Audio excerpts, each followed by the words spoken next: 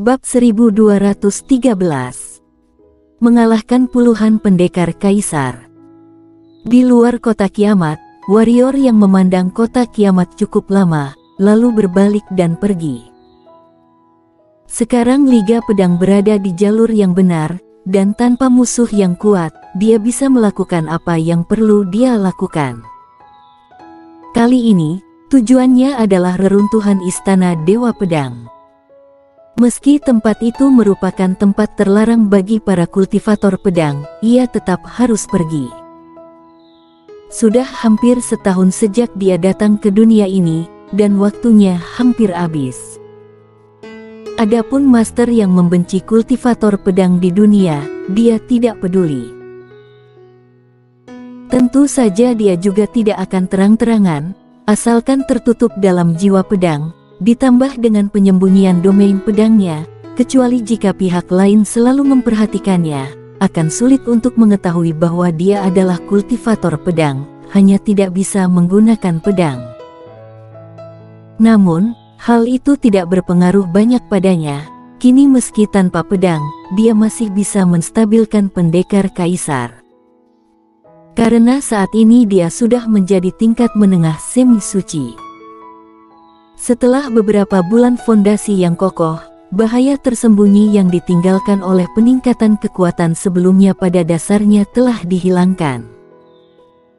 Setelah bahaya yang tersembunyi disingkirkan, dia tidak menekan alamnya, jadi saat ini dia sudah menjadi pendekar suci. Tapi dia tidak lari ke pendekar suci, baginya, meluap adalah yang terbaik. Selama beberapa bulan, ia tidak fokus memperkuat pondasinya. Selain memperkuat pondasinya, ia juga menyisihkan waktu setiap hari untuk berlatih pedang menunjuk langit, teknik memenggal kepala, ilmu menebas langit menarik pedang, versi pamungkas jurus pembunuhan instan. Secara khusus, ini mengacu pada pedang menunjuk langit dan teknik memenggal kepala. Dua keterampilan hitam ini baru saja dia pelajari dan dia tidak mahir dalam hal itu, jadi dia harus terus berlatih. Setelah beberapa bulan berlatih, beberapa keterampilan pedangnya telah meningkat secara signifikan, terutama teknik memenggal kepala ini, dia sekarang sangat ingin mencobanya. Kali ini, warrior yang mengganti pakaiannya. Dia yang awalnya suka memakai kemeja biru, berubah menjadi jubah brokat yang cantik. Dia tidak memegang pedang, tetapi kipas batu giok. Matanya tidak setajam biasanya, dan dia memiliki senyum tipis di wajahnya, sangat centil untuk menyebarkan kipas dan mengipasinya 2 kali. Harus mengatakan, memang ada sedikit suasana elegan dari para sastrawan. Saat ini, tidak akan ada yang mengira bahwa dia adalah kultivator pedang dengan pakaiannya, bahkan jika Liani Ye dan Nadine melihatnya, mereka mungkin akan berpikir bahwa dia adalah orang lain. Warrior yang menemukan seekor kuda, berbaring telentang, bersenandung sedikit, dan membiarkan kuda putih membawanya ke kejauhan. Di dadanya, adalah Shiro yang merangkak di dadanya. Matanya berair melihat warrior yang berkedip, lalu sesekali mengusapkan kepalanya ke dagu warrior yang, atau memanfaatkan dagu warrior yang. Saat warrior yang tidak memperhatikan, dia diam-diam mencium dagu warrior yang. Setelah setiap ciuman, dia langsung merangkak tak bergerak dengan mata tertutup, seperti tertidur. Nyaman. Sangat menyenangkan. Inilah yang dia rasakan saat ini.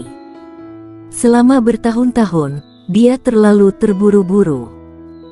Ketika dia tenang, tidak ada pembunuhan, tidak ada perkelahian, tidak ada intrik. Seperti sekarang, dia sangat menyukai perasaan ini. Pada saat ini, Shiro menatap ke arah warrior yang, kemudian dia dengan hati-hati mencium dagu warrior yang. Tepat ketika ia hendak mencium dagu warrior yang tiba-tiba membuka matanya dan menatapnya. Shiro tercengang, berkedip, lalu perlahan turun. Tak lama kemudian, suara napas terdengar.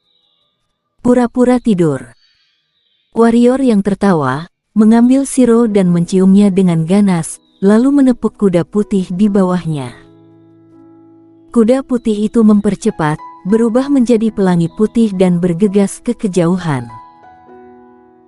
Di punggung kuda, warrior yang memeluk Shiro, mengingat apa yang dikatakan Linux tentang reruntuhan Istana Dewa Pedang. Reruntuhan Istana Dewa Pedang terletak di sebuah pulau di Laut Dewa Pedang, yang jaraknya jutaan mil dari kota kiamat. Laut itu adalah laut terbesar di benua penjara dan markas besar Istana Dewa Pedang terletak di tengah laut Pulau Dewa Pedang.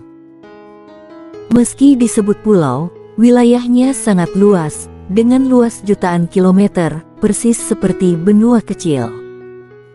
Namun saat ini, benua kecil ini sangat berbahaya. Tak perlu dikatakan lagi tentang kultivator pedang, tidak ada kultivator pedang yang berani menginjakkan kaki di Laut Dewa Pedang.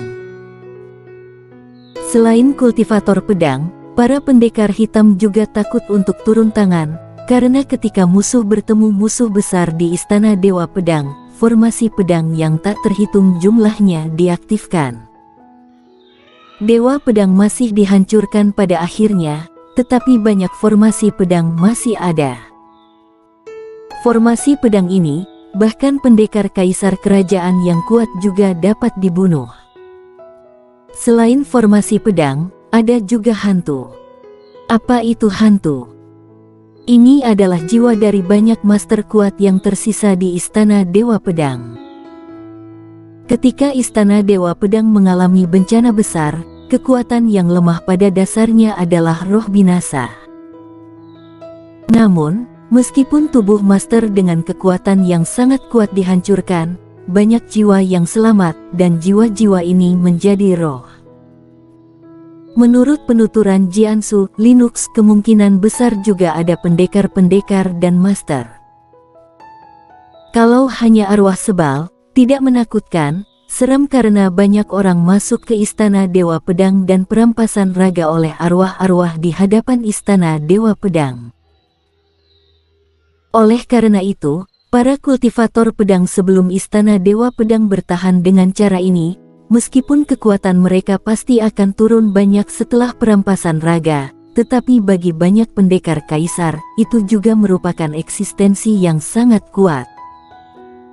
Namun orang-orang tersebut tidak berani meninggalkan Istana Dewa Pedang, karena setiap kultivator pedang yang keluar dari Istana Dewa Pedang pasti akan musnah. Meskipun Istana Dewa Pedang begitu menakutkan, masih banyak master yang pergi satu demi satu karena ada begitu banyak harta di dalamnya.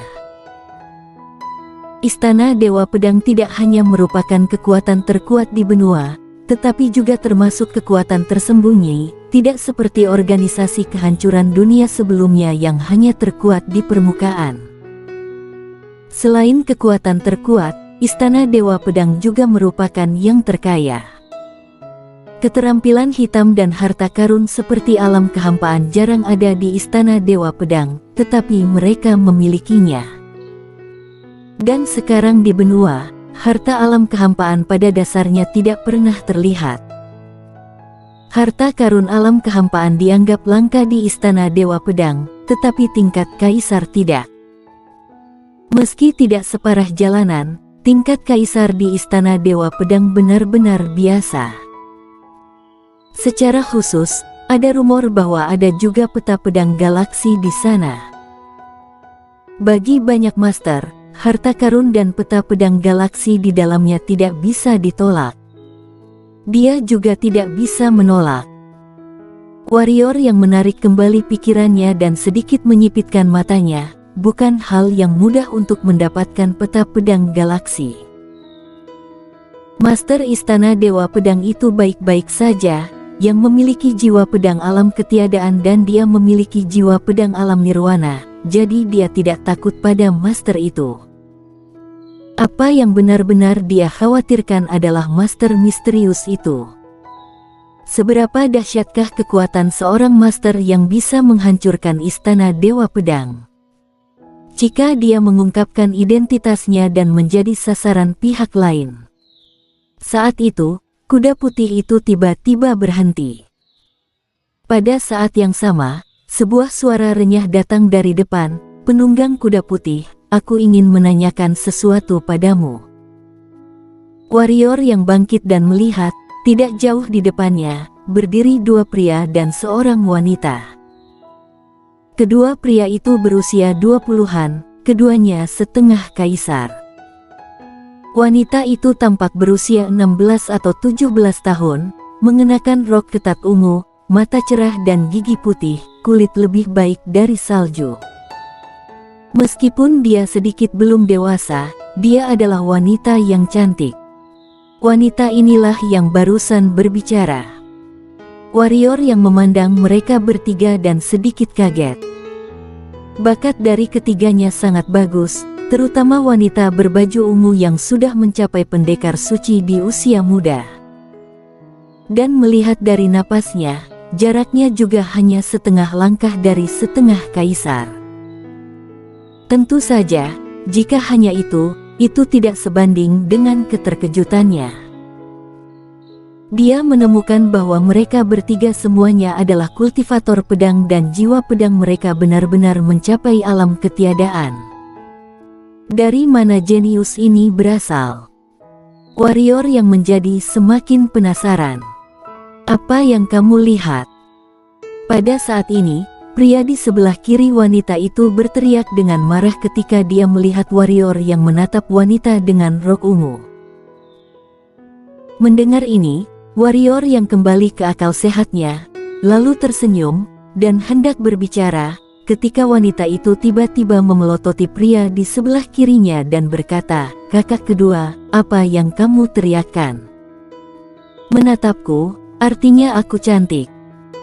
Setelah berbicara, dia memandang warrior yang dan berkata, "Benar bukan?" Warrior yang tertegun sejenak, lalu memandang wanita berbaju ungu dari awal, dan berkata, "Kamu memang sangat cantik." Wanita dengan rok ungu itu sedikit mengangkat sudut mulutnya, lalu dia menunjuk Shiro di bahu warrior yang, dan berkata, "Aku sangat cantik, bisakah kamu memberikannya kepadaku?" Shiro berkedip, lalu menggelengkan kepalanya dengan cepat, dan memeluk leher warrior yang dengan erat. "Kamu juga melihatnya," kata warrior yang. Wanita dengan rok ungu mendengus dingin, memalingkan muka dari Shiro berkata, "Kutanya, apakah kamu tahu bagaimana menuju ke kota kiamat?" "Kota kiamat?" Warrior yang sedikit terkejut, lalu berkata, "Apakah kamu akan pergi ke kota kiamat?" Wanita berbaju ungu itu mengangguk dan berkata, "Tentu saja kota kiamat adalah tempat yang paling diinginkan oleh para kultivator pedang di dunia, jadi tentu saja kita akan pergi." Tempat yang paling diinginkan para kultivator pedang. Warrior yang sedikit bingung.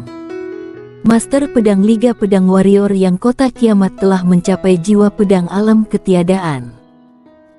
Sejak senior Wuji, dia satu-satunya di benua. Wanita berbaju ungu berkata dengan kekaguman di matanya, "Kudengar dia masih sangat muda, tapi aku tidak tahu apakah dia tampan atau tidak." Warrior yang berkata dengan tatapan yang sangat serius, "Tampan, sangat tampan." Shiro yang berada di bahu warrior yang, melirik warrior yang, lalu mengangguk cepat setuju. "Benarkah?" Mata wanita rok ungu itu berbinar. "Aku menggunakan karakterku untuk menjamin." Warrior yang berkata dengan tegas. Wanita dengan rok ungu melirik warrior yang, kemudian berkata, "Kamu terlihat cukup bagus, jadi izinkanku memberi tahumu sedikit. Melihat pakaianmu, kamu pasti playboy. Aku katakan, kamu tidak bisa melakukannya. Ya, sekarang di benua alam pendekar suci semuanya semut dan kamu bisa dengan mudah terbunuh, juga kehilangan energi spiritualmu jika kamu keluar." Warrior yang menyentuh hidungnya dan berkata pelan, "Bukankah warrior yang juga berada di alam pendekar suci? Bisakah kamu dibandingkan dengan dia?"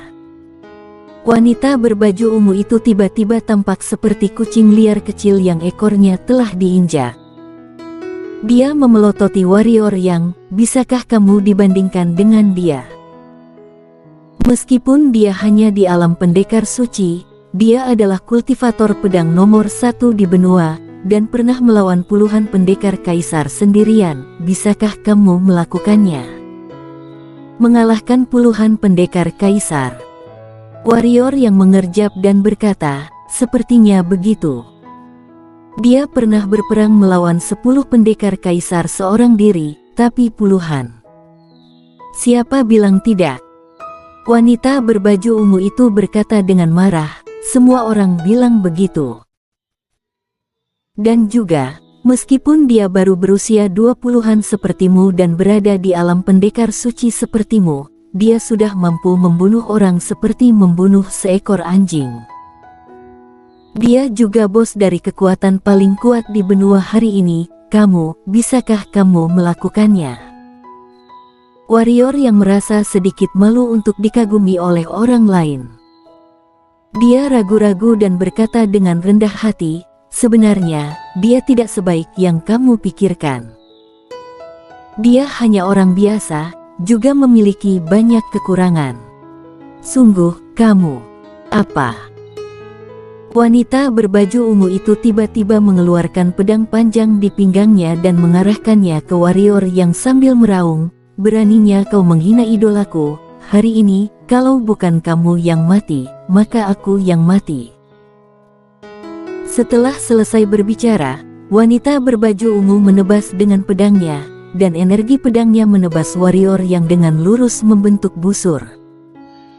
Melihat wanita berbaju ungu itu bergerak, warrior yang tercengang bersambung.